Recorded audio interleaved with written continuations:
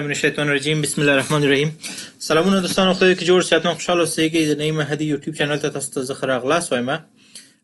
مخکې د نشو ویډیو ته راسم. د نن ویډیو موضوع د څنګه کولای شو بغیر له افغاني مصرف نه د ورزشي کلبونو له لارې یا د ورزشي کلبونو د عضویت یا ممبرشپ یا غړیتوب له لارې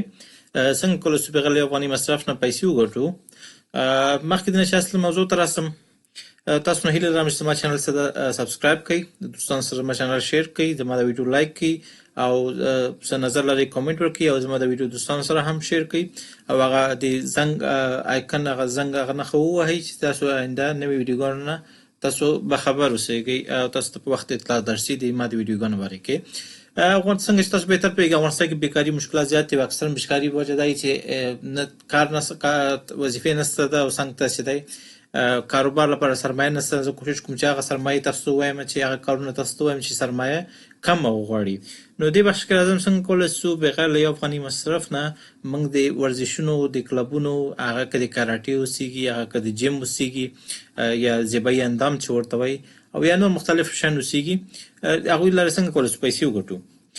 طبعا تاسو پوهیږئ چې افغانستان کې چې دا اکثرا کلبونه چې دي، کلب داسې شی ده چې سامان یې ور اخلي، سامان مصرف دی یو ور دی خو هغه ته فکس کاست وای، خو دا چې برق دی، کرا ده او دا شیان دي او استاد نیسي دی ته انستیبل یا داسې فکر وکړه چې یو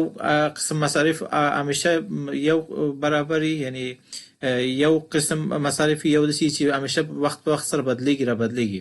نو یو ثابتي یو غیر ثابتي. نو دې خاطر چې کوم ثابت چې دي نو هغه خو یو مصرف کړي سامان شان واخسته، هم د غیر ثابت لپاره چې دي کرایه ده شان دي دا هر وخت ورکول کیږي. نو دې خاطر کلبونه چې چیرته کلبونو کې بعضی دوستان چې مثلا ورزي هغه میاشتې فرض وکړه 100 روپۍ افغاني پورې د میاشتې ورکوي، دا بیا کلب هم به کټګوري لري، بعضی ماشینونه ډېر ښه، بعضی ماشینونه ډېر هغه، بعضی واړه کلبونه، بعضی ډېر مجهزي. نو دا د هر کلب فیس فرق کوي. نو راځم څنګه کولای شو بغیر له افغاني پیسې مصرف وکړو، مصرف نه پیسې وګټو. دا چې موږ هر یو کلب ته ځو او دا چې پیسې ورکوو، که موږ یو خپل یو نیټورکینګ ټیم جوړ کړو او دا نیټورکینګ ټیم ته څه فایده پرې کوي چې که چېرته زه یو دوست معرفي کوم یو کلب ته، زه کولی شم اول کې هغه کلب نه هغوی ته دوستانو ته زه ډسکاونټ یا تخفیف واخلم، حتی کولی شم 100% تخفیف واخلم په ضمن کې چې کله زه یو څوک شاته معرفي کوم هغه کولی شم چې د میاشتې چې هغه اوله میاشت کې څومره تخفیف چې هغه ته ورکوي هغه ته ورکوي او باقي نور میاشتو کې چې څومره دا کلب ته ځي او د میاشتې پیسې ورکوي، هغه هر میاشتې پیسې یا فیس نه ما ته هغه کمیشن کولی شم هغه فیس نه زه کمیشن واخلم، حتی دا کلبونه موږ ته حاضر کېږي چې 10% پورې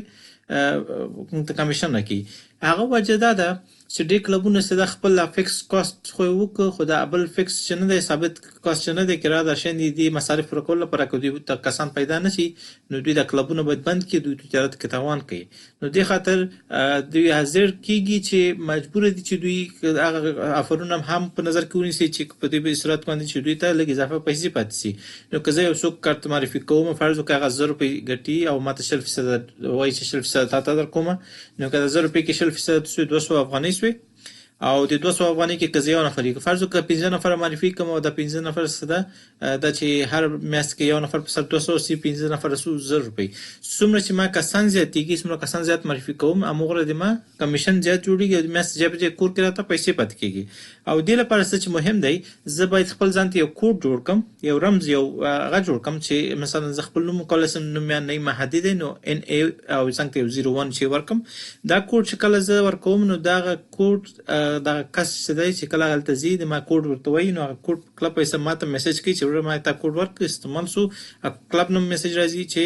دغه کس تاسو له خوا معرفي سو، نو دا تاسو کمیشن چارج شروع سو. نو کله چې هغه رسید راکړي هم کولی شي تاسو ته رسید درکړي،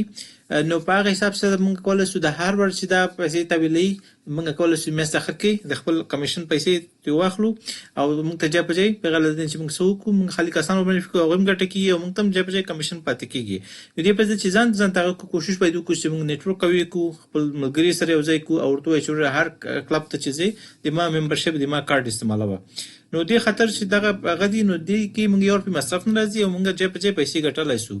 نو تر بل ویډیو پورې په خدای سپارم او مخکې د سیزلار سم تاسو نه هیله لرم زما چینل سره سبسکرایب کړئ، زما ویډیو دا لایک کړئ، دوستانو سره شریک کړئ او کوم نظر هر څه لري سوال لري کمنټ وکړئ. تر بل پورې په خدای سپارم او هر سوال ماته کولای شئ میسج وکړئ، په فیسبوک کې مې پیدا کولای شئ او په یوټیوب کې هم. ډیر زیات مننه، خدای پامان.